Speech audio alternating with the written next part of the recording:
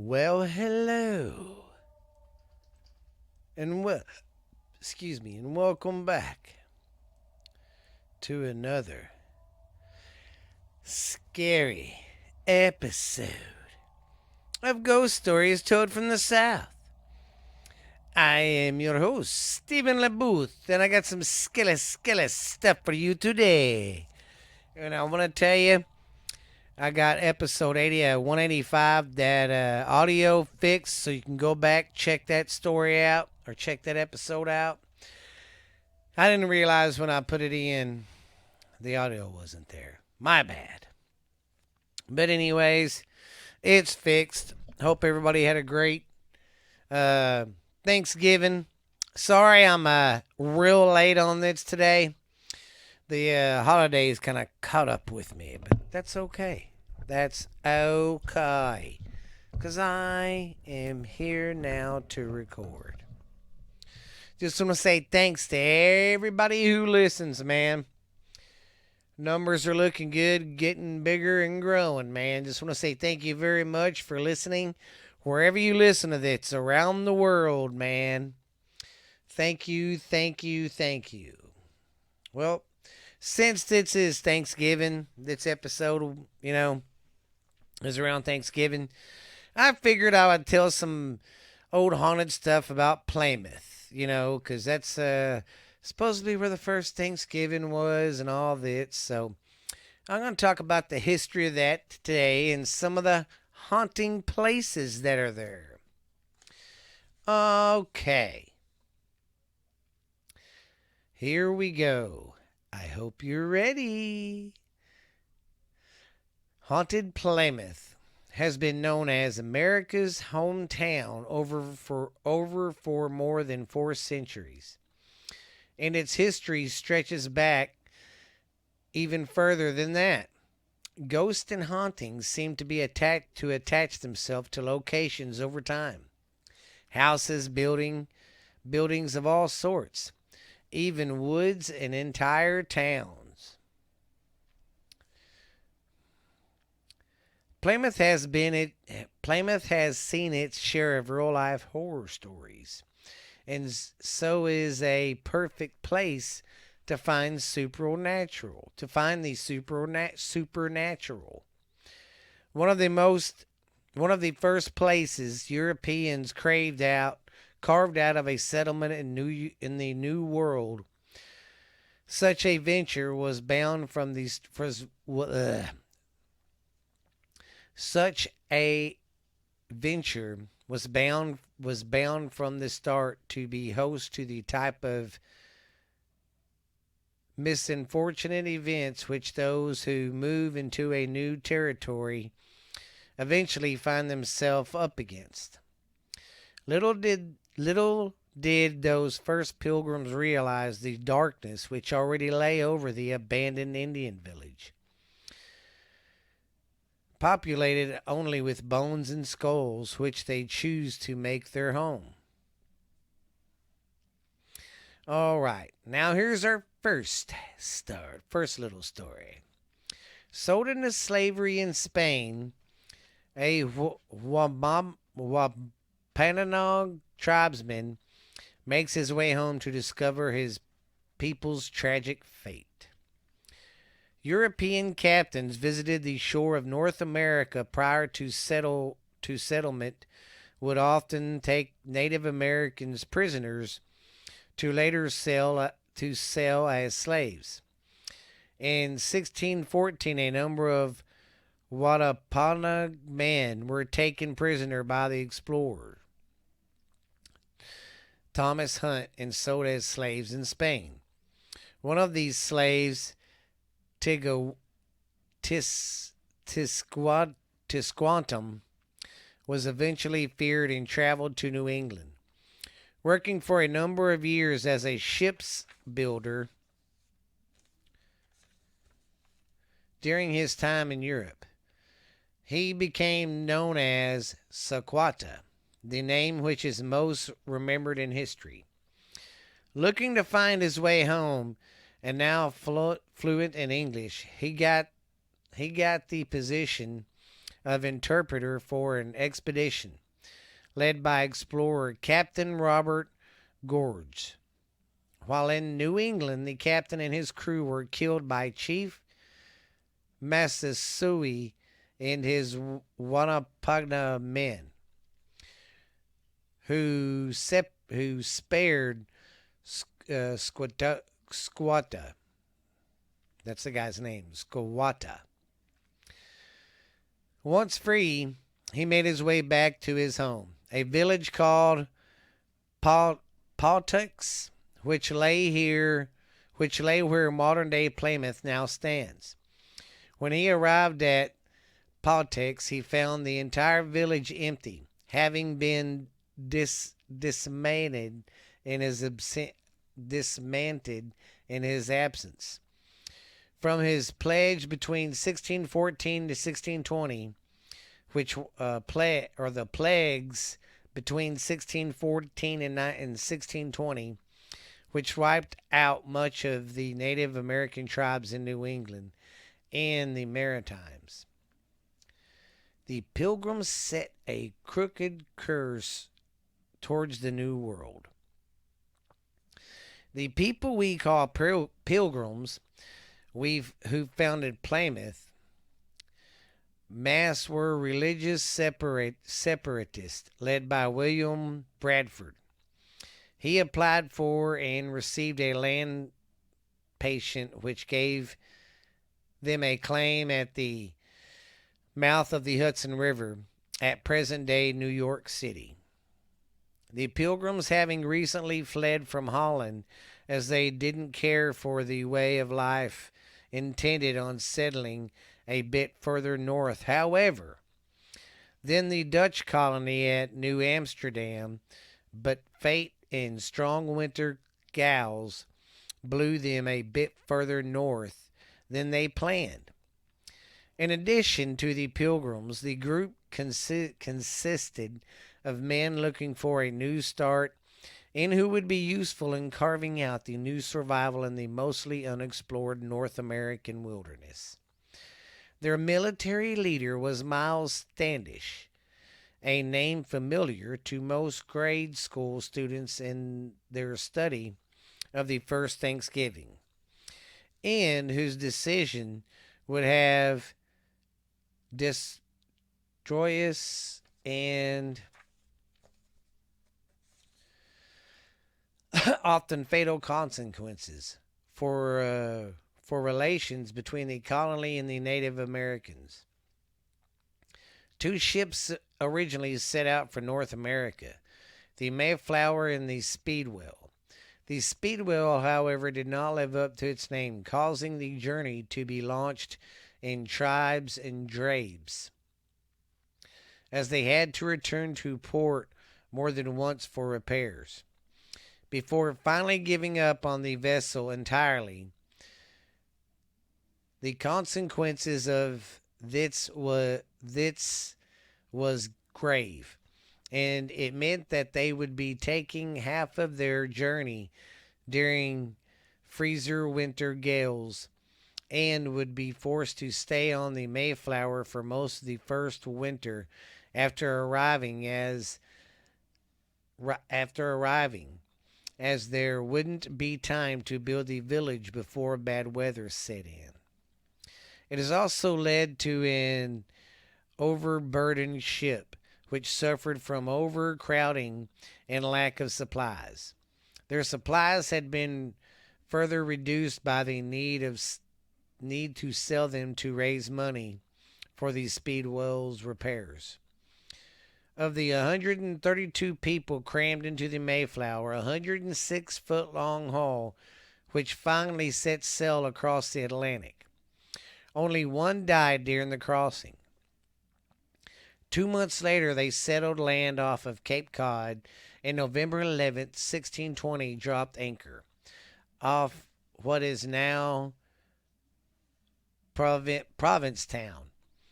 Miles Standish led the first expedition ashore, finding some Native American graves, which they disrupted and made off with the corn left for the dead.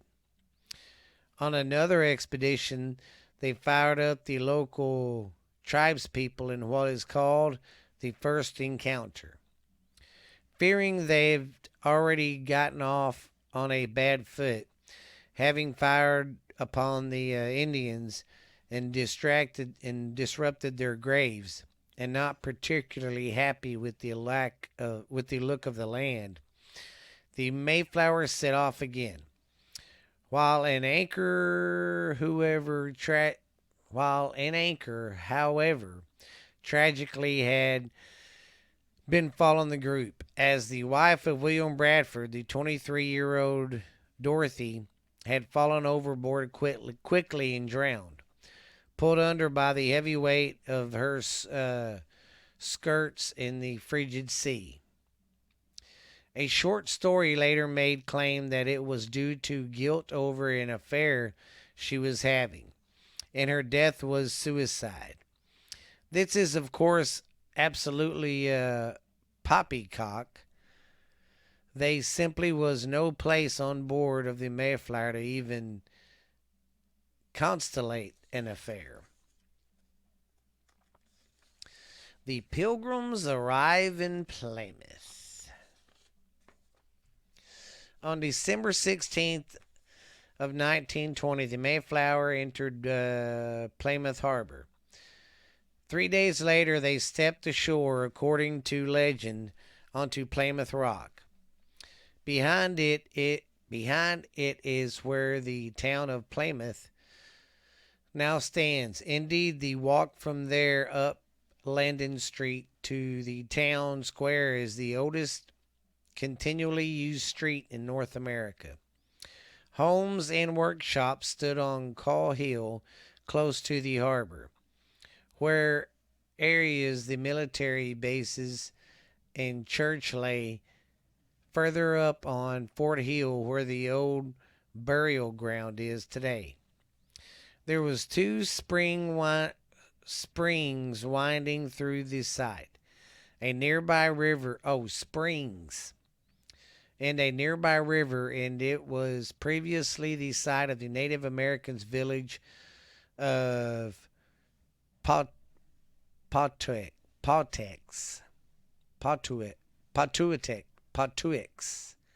Anyways, the land was already cleared. It was an ideal location if with a somewhat ghoulish history, considering that they had been to the previous village.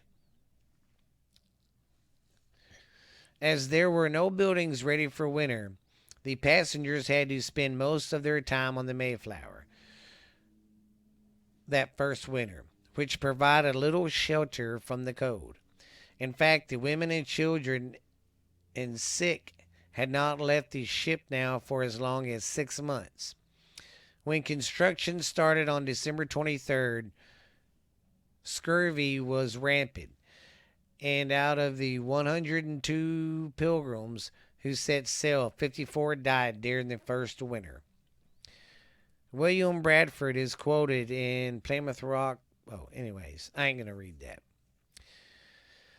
In fact, the only 7 of the entire company avoided sickness.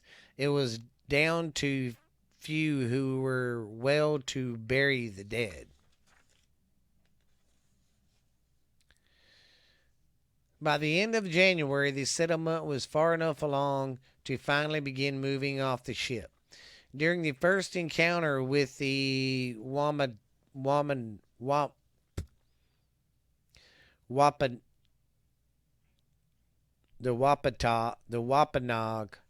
the settlers learned of the local chief Massasoit, as well as Squato, who would, if I know I'm butchering these Indian names, and I'm very sorry, who would become essentially the colony's survival. Massasoit was as superstitious of the Europeans, already aware that they had fired upon the local population of Cape Cod, as well as disrupted their graves. It's generally credited to Squatto for helping negotiate a peace treaty, which gave the settlers the Native Americans blessings to to build in the blessings in building their town there. It's also said that the corpses would be prop, proper, properly would be propped up at guards post. Discussed as the living when they weren't enough men to cover all the stations. It was also Squatta who taught the Europeans how to plant corn and survive in the North American wilderness. By the time of what is known as the first Thanksgiving, only 54 pilgrims remained alive, and of these, only 4 were adult women. Oh my God. Massasoit continued to honor the treaty he had signed with the pilgrims up till his death. Skawata died of fever in 1622, the last of the Pontiac tribe. Haunted Plymouth Rock gives up the first settlers' bones on Coe Hill.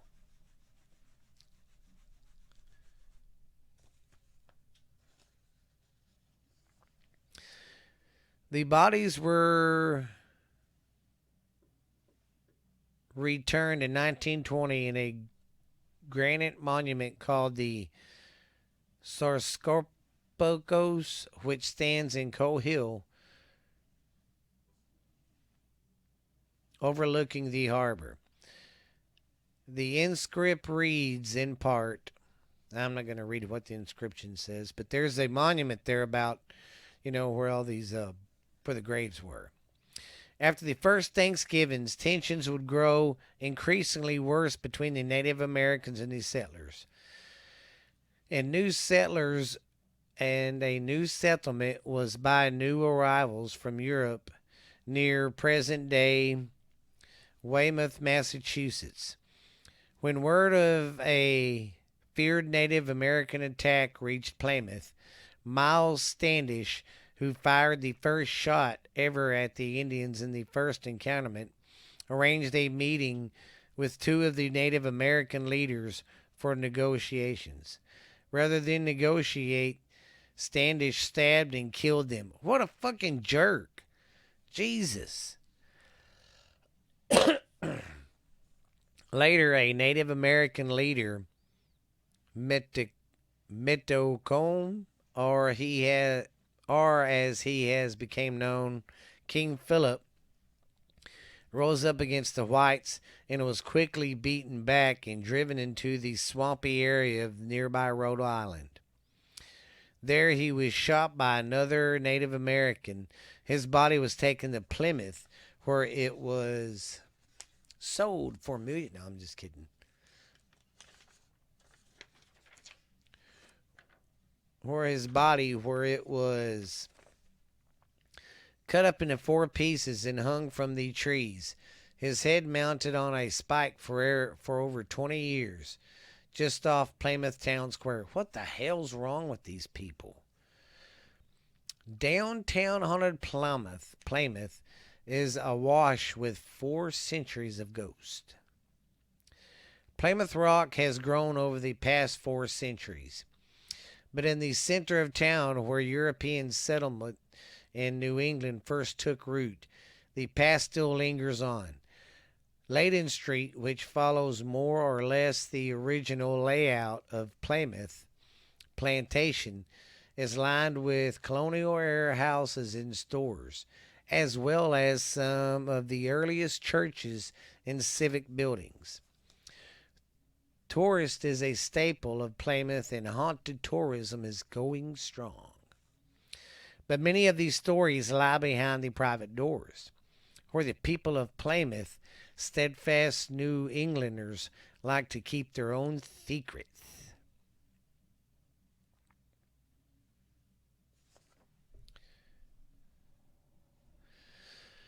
Okay, the definitive guide to haunted Plymouth. Oh, I ain't gonna read that part. Okay. A lot of heartbreak and tragedy can go down over 400 years, and Plymouth has seen its share of both.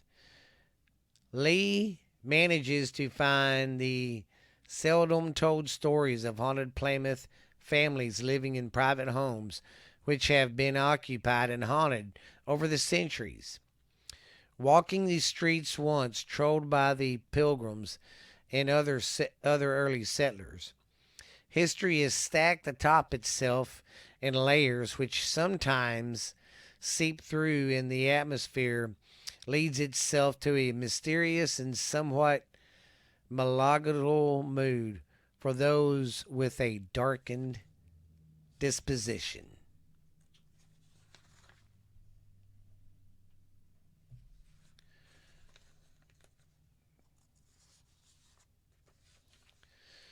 Haunted Plymouth lies claim to being the only house in Massachusetts which is legally haunted. The Captain Thomas Phillips house, following an 18th century court ruling, the tenants at the time reported doors and windows opening on their own and moved out, as well as other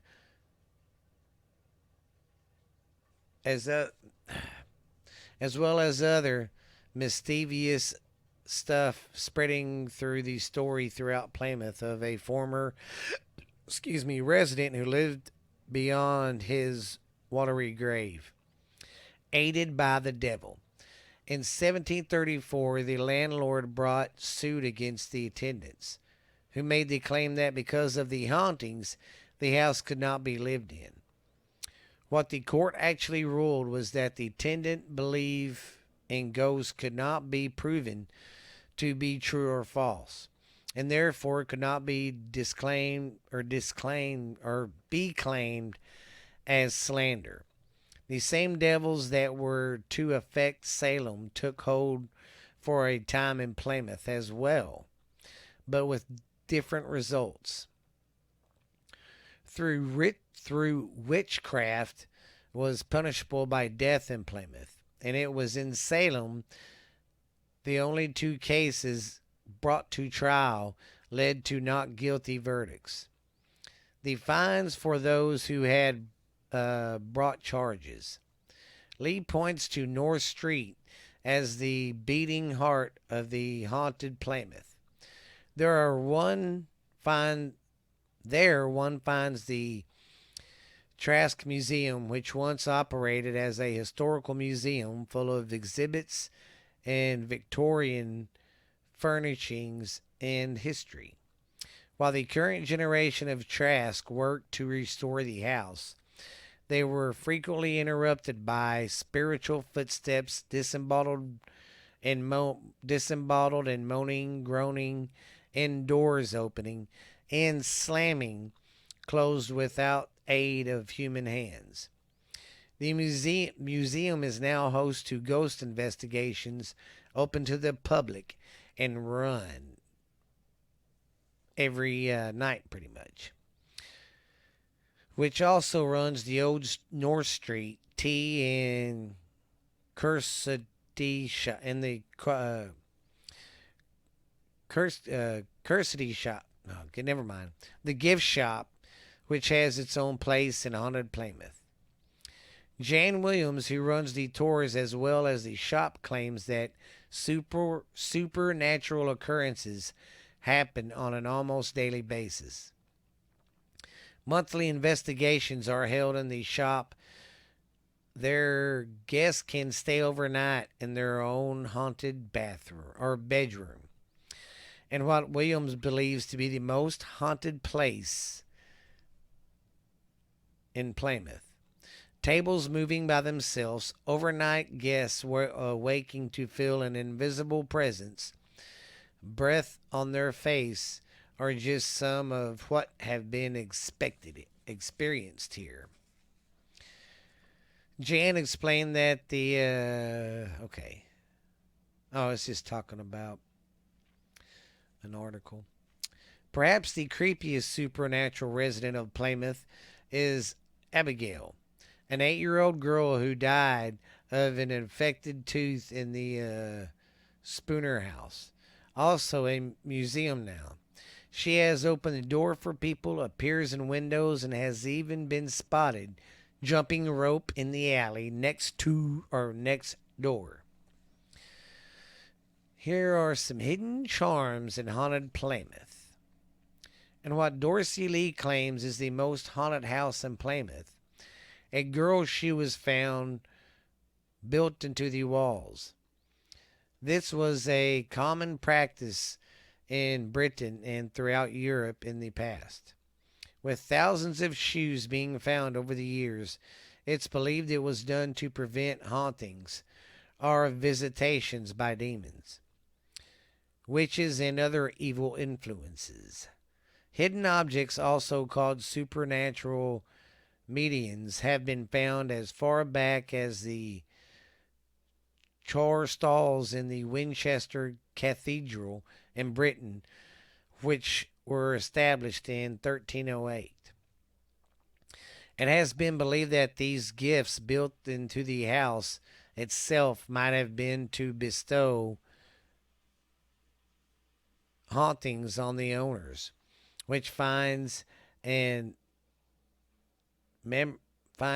great memory in the practice of bride throwing her shoe before leaving for the honeymoon, or tying shoes to the bumper of the wedding couple's car.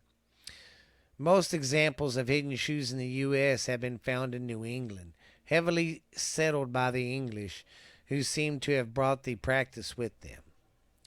And it could be that these gifts were meant for brownies or hobs, household fairies who could wreak havoc on the home, but were thought to be pleasant by gifts of clothing.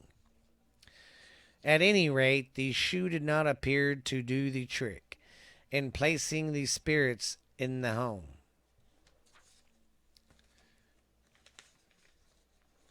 Haunted Plymouth's public spaces gives up its own ghost.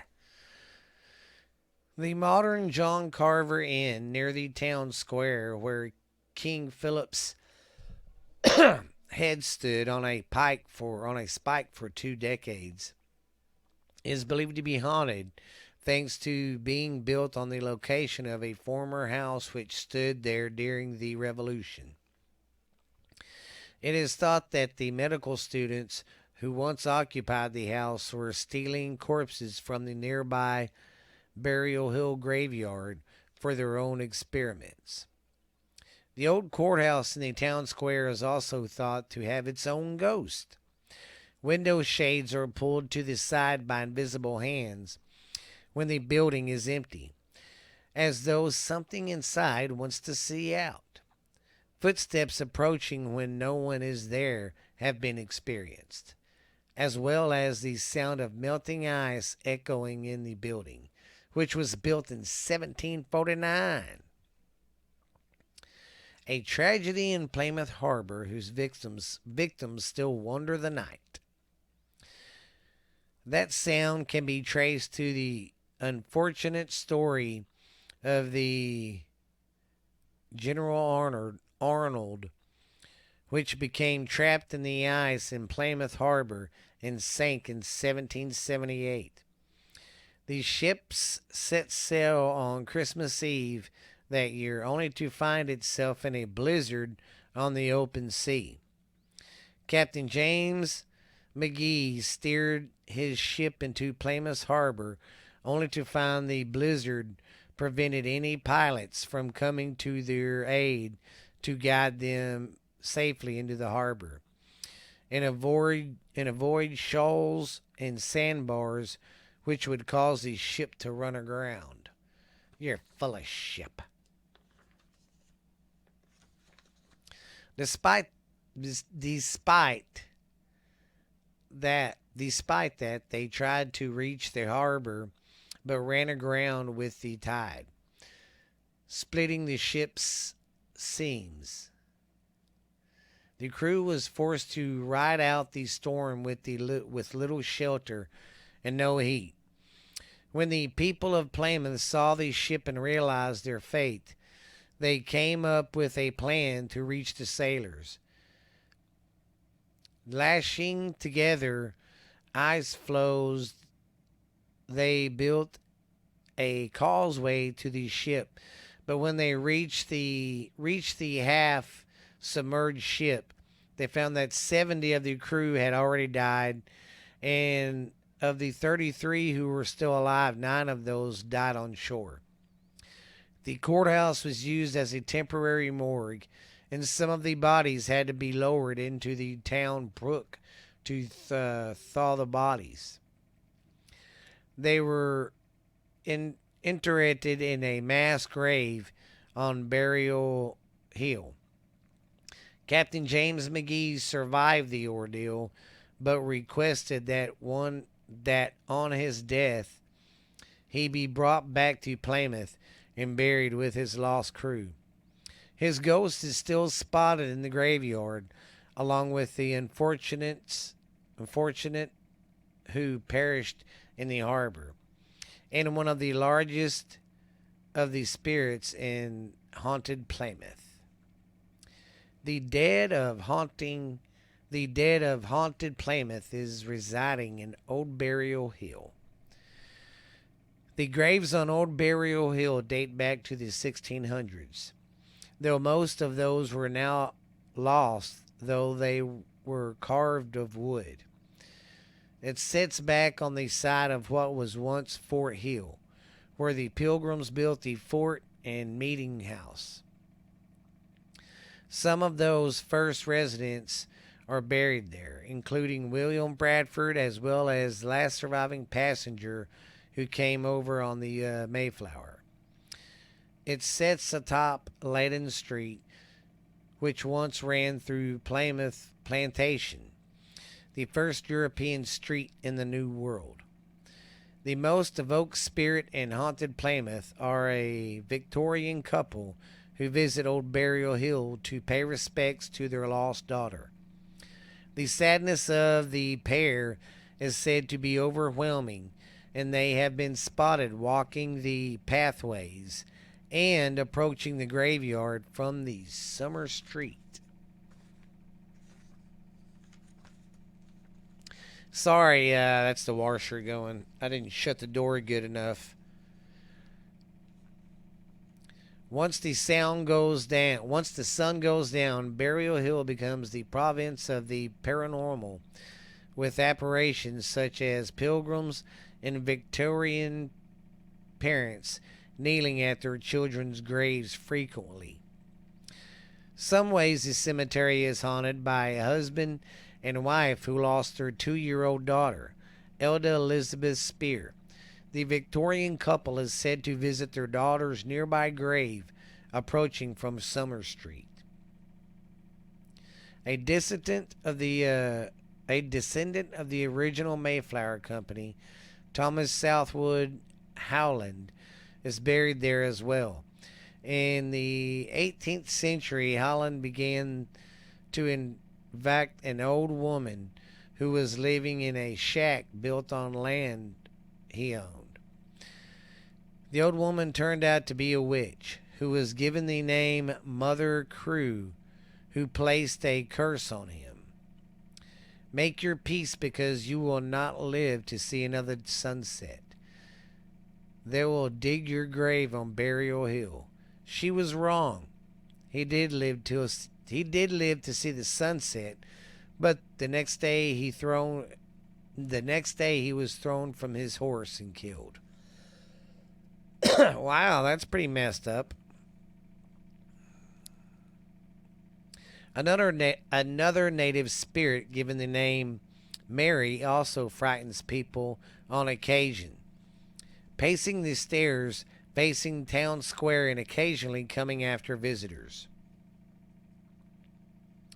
Jeffrey Campbell, who operates Plymouth Night Tour, believes the Old Burial Hill is home of a Native American cryptid, which they called the Pucko Wedge, similar in nature to the brownie or other European fairies.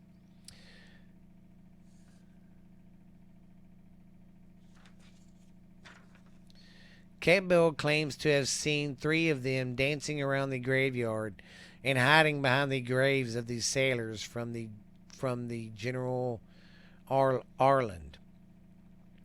All these spirits and ghosts remain a mystery and likely always will. Today life in the town is much easier, less prone to suicide, tragedy, and yet there is still ghosts being added to the phenom of supernatural mysteries which haunt Plymouth to this day. Well, a place like that with a lot of history and a lot of death, I bet you they're going to have a shit ton of ghosts. And I do mean a shit ton. Well, guys, I'm glad you guys were patient and got to hear the show today. This was the Thanksgiving kind of like special. But